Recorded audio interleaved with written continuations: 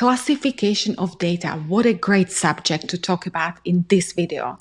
If you are a business analyst, if you are studying for big data, business analytics, data scientist, statistician, you will find this video really useful. Or you are maybe just a beginner into data analytics.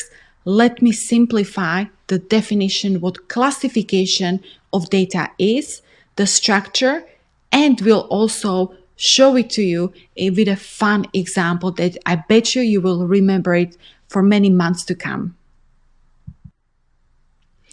Subscribe to my channel because I will be publishing really cool videos on subjects like big data, data analytics, business intelligence, and anything that we can apply in the business today and ASAP. So the learning goals today will be, we have to understand what is classification of data, why it's important, how do we apply it, as well as the types of classification that you will come across, and we'll finish it off with some cool examples. Now, let's kick it off with the definition. What is classification of data? Data classification is broadly defined as the process of organizing data by relevant categories so that it may be used and protected more efficiently. And on a basic level, the classification process makes data easier to locate and to retrieve.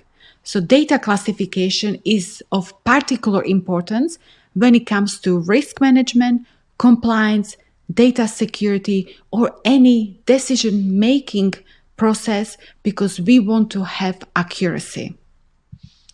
And we know in any business or in life, the garbage going in will come out as garbage going out. Okay, so data may be classified for a number of reasons. We can do it from the access point of view, to maintain regulatory compliance, to meet various business objectives.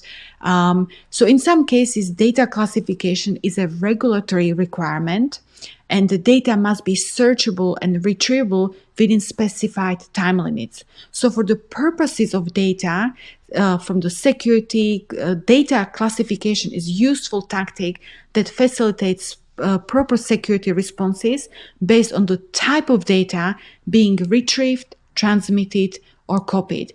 Everything really relates to some type of a decision making. So we need to ensure that the accuracy is actually preserved from the start to the end. Now you think you've never applied data and classified data, and I bet you have. Maybe you are doing it subconsciously. Perfect example would be when you are receiving an email in the morning and there's a Word document attached to your email. So what do? You click on it, you open it, you know that it's being opened using Microsoft Office based applications, and you know you're going to be reading some type of a text, right? That's already is some type of classification offered through the email and through the application. So all we are doing is when we receive the data, we are already trying to bucket it into either structured, semi-structured, quantitative, qualitative data. And often you will come across maybe these three types of classifications. So you can have structured or unstructured, qualitative or quantitative. And so qualitative means more it's text, analytics, it's something meaningful from like a label point of view. You cannot measure it, but when it comes to quantitative, more than likely the data are expressed in numbers. So you can measure them, you can quantify them, you can somehow include complex formulas by using those type of data. And then also we often talk about the data can be publicly available. Anyone has access to it.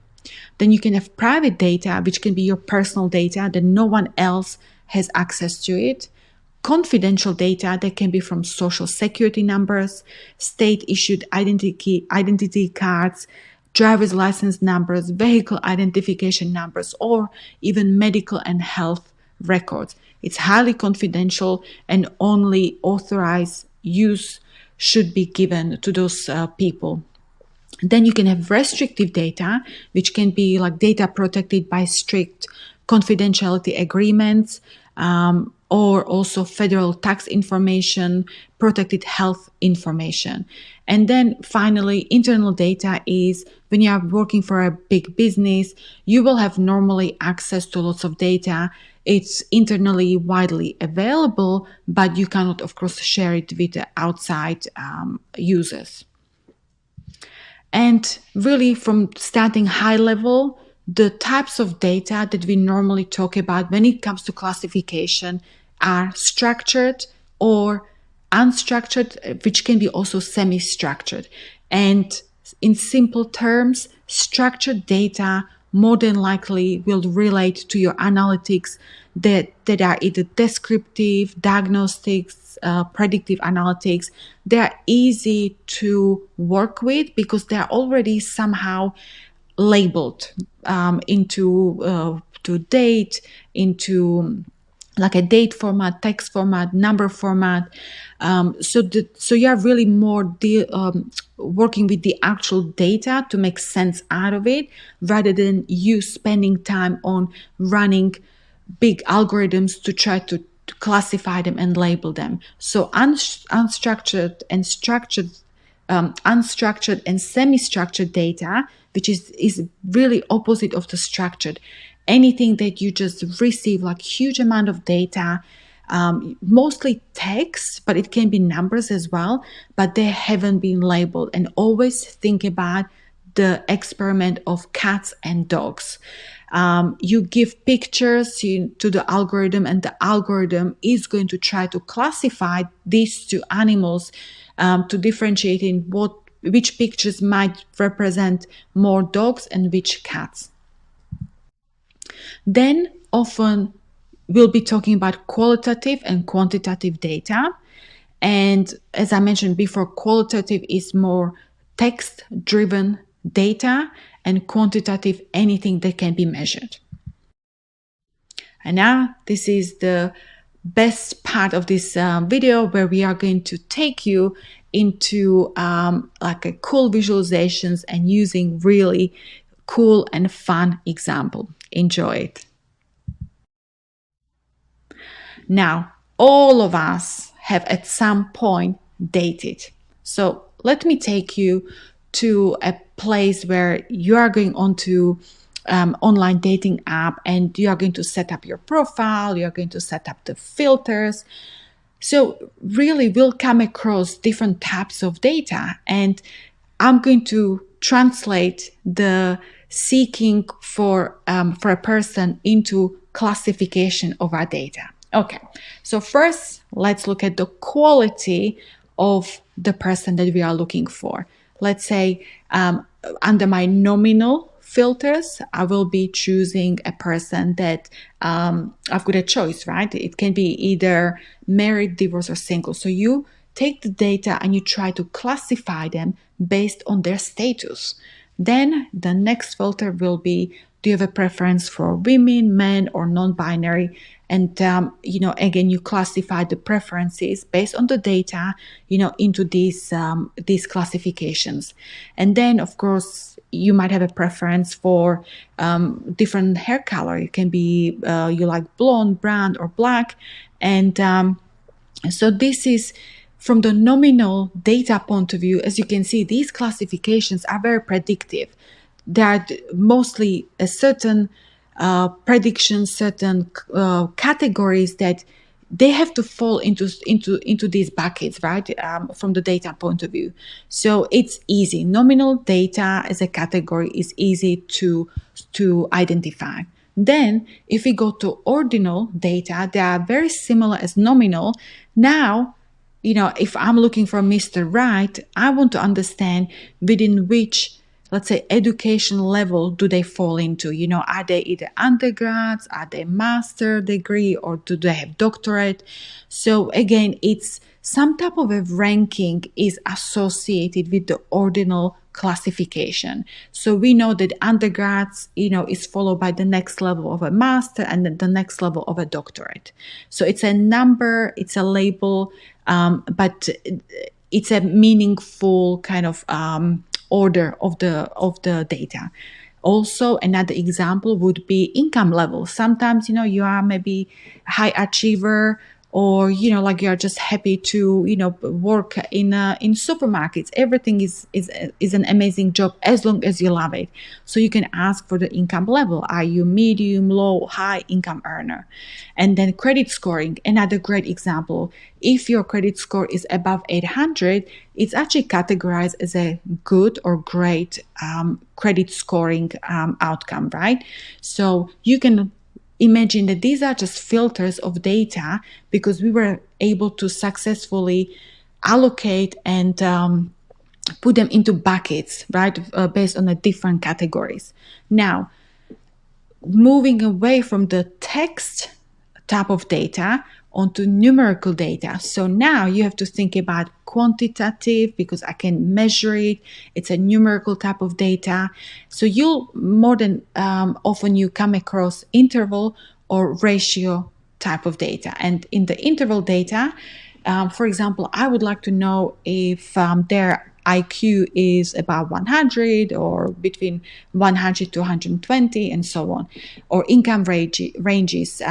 Trust me, some of these apps that actually allow you to put your income requirements. Am I looking for someone that is earning anywhere up to 300,000 or anyone above 1 million, even like multimillionaires? I mean, it's crazy stuff what you find online these days. Or a typical example is about temperature degrees in Celsius. So you can measure your temperature between, let's say, minus 30 to plus 30. So the 0 is actually a meaningful number because it can also represent, you can go into negative scale, where when it comes to ratio, the 0 is an absolute value, and it's the start of the kind of the ranking or of the scale. So, for example, I might be looking for someone with the height of more than, let's say, 6 feet, and it needs to live within my vicinity of 25 miles from where I live. Or I'm looking for an age range between 39 to 49, and so on. So as you can see, I cannot be looking for someone negative minus 40 years old. Okay, it doesn't exist. And that's really great differentiation when you think about interval versus ratio. Ratio is 0 and upwards, where interval, it can go, it has a meaning even with the negative values. So this is kind of like a fun part of how to classify our structured data. And so structured data. So in the structured data, just really, we always will be talking about the split between qualitative and quantitative, meaning I'm only looking at the categories of the data, and they are going to give me some type of a meaning from the either labels point of view or some kind of like an assignment, ranking assignment. So on the nominal side, think about marital status. These people have to fit into certain categories. They are, let's say, generally used, right? Married, single, divorce. Then also, you might be asking the data some kind of true statement. For example, like, do these businesses survive beyond 3 years? True, false, yes, no. Or you are also asking about the race, right? Are they white? Are they black? Are they Latino? So these are very common categorizations, and they are like really the easiest way to categorize your data. On the ordinal side, as I mentioned before, we are using some type of codes that gets assigned to labels that they represent rank order, credit score. Anything above 800, it indicates a good standing from the credit score point of view. Age group. Do you fall within, let's say, the teenagers, which would be anything, let's say, from 11 to 19 years old, or into elderly, which can be from I don't know, 70 years old and upwards. Now, from the quantitative, right, we can measure it. So therefore, we are talking about numerical data. There, you'll come across interval and ratio, interval data. You've got the ability to measure at interval scale. So the temperature was a great example. You can have minus 30 or plus 30 Celsius. Now with the ratio data classifies and ranks data and uses measured continuous intervals just like interval data. However, unlike interval data, ratio data has a true zero. So this basically means that zero is an absolute value and below which there are no meaningful values like speed, age, weight are all excellent examples since none can have a negative value, right? I cannot weigh minus 20 pounds or I cannot be negative 10 years old and so many. I cannot speed in my car negative 10 miles an hour. So I hope this really makes sense from the structured data point of view. And our final slide is going to be on the definition and examples around unstructured or semi-structured data. And the difference between these two is how much labels have been already assigned to your data. And when you talk about unstructured, honestly, you need to run some kind of machine learning mechanism to